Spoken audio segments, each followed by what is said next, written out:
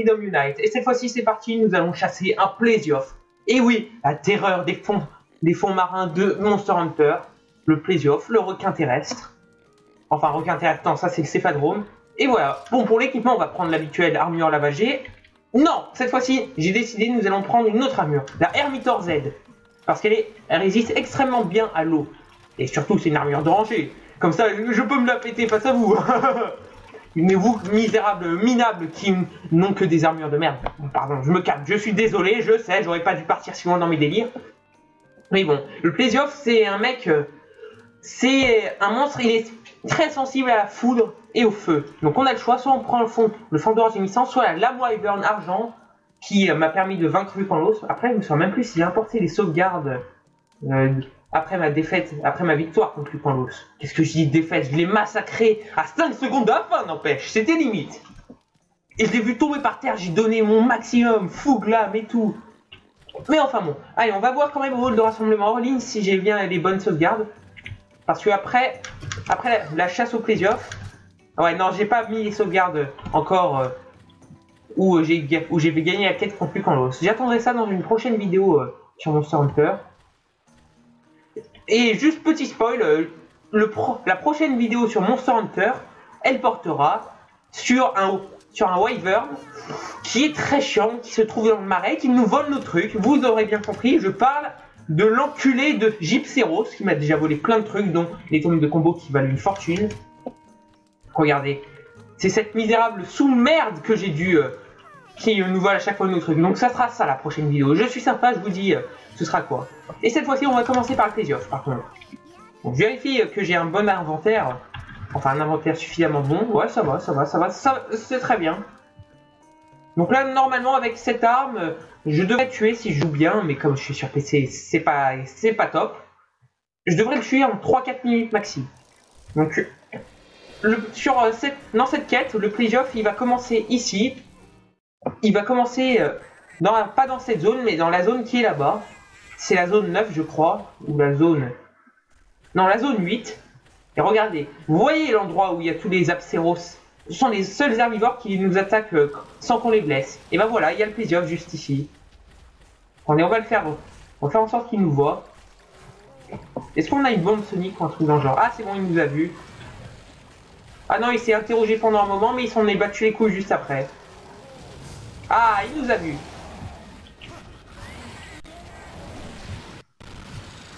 Allez, on va essayer de frapper. Putain, je vois que dalle, c'est abusé. Cet enfoiré d'Apceros, il me bloque la vue. Allez, on y va, on va aller le chasser. Allez, regardez. Même tranchant bleu, par contre, il a une bonne résistance de peau. Ah, au niveau de la peau.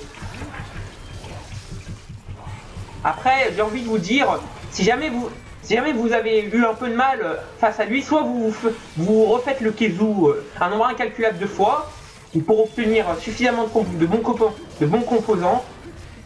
Comme ça, vous pouvez vous crafter une bonne arme électrique. Après, je sais pas c'est lesquelles que vous prenez, arme électrique, ou alors vous reprenez une arme de feu que vous avez utilisée contre le Kezu, comme la Corona ou la Jean, qui sont de bonnes SNS, et vous allez vous faire le Plesioth. Après là, je joue pas sérieusement parce que c'est un monstre de rang inférieur et moi je suis en rangée, donc on va se permettre des erreurs.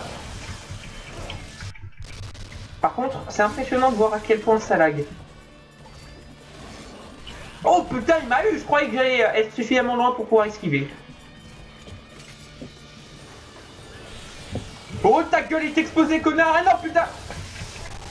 Oh, il y a ces enfoirés d'Apceros qui sont bien fait niquer par moi et par le Plesioth. Oh merde, ça c'est mauvais.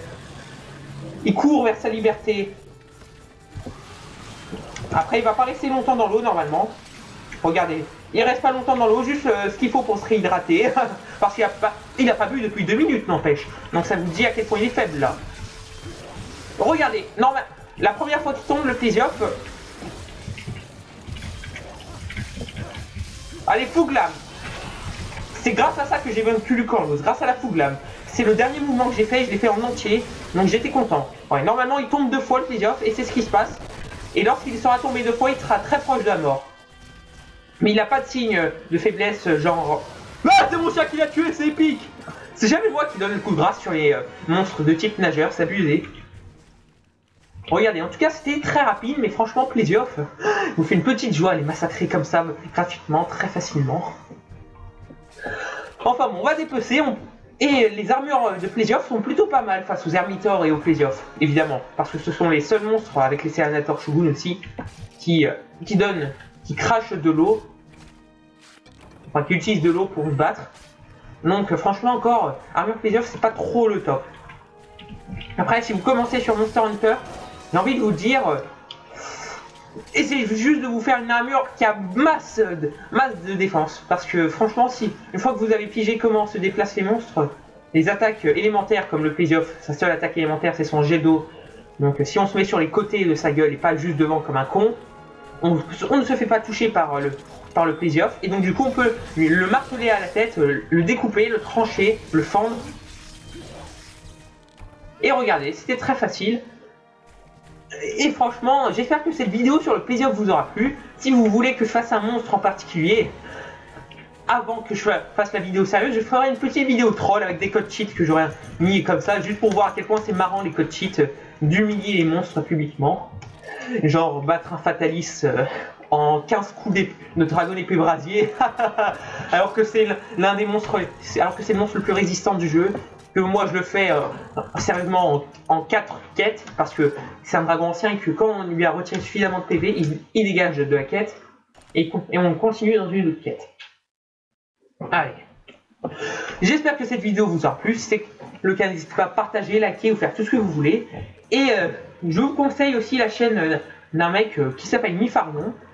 Il a commencé les vidéos sur Monster Hunter. Je lui ai donné quelques conseils pour améliorer ses vidéos parce que là, en ce moment, il était en train de filmer avec une caméra à son écran PSP. Je dois avouer qu'il a fait quand même plutôt pas... qu'il tient quand même très bien l'écran de la PSP parce que... Moi, quand j'essaye de la tenir normale pour qu'elle filme, et ben comment dire, c'est le gros bordel absolu. On va pas se mentir. Alors, enfin bon, c'était tout pour la pause publicité gratuite. Alors, on se retrouve à tous pour une prochaine vidéo. Ciao à tous, salut!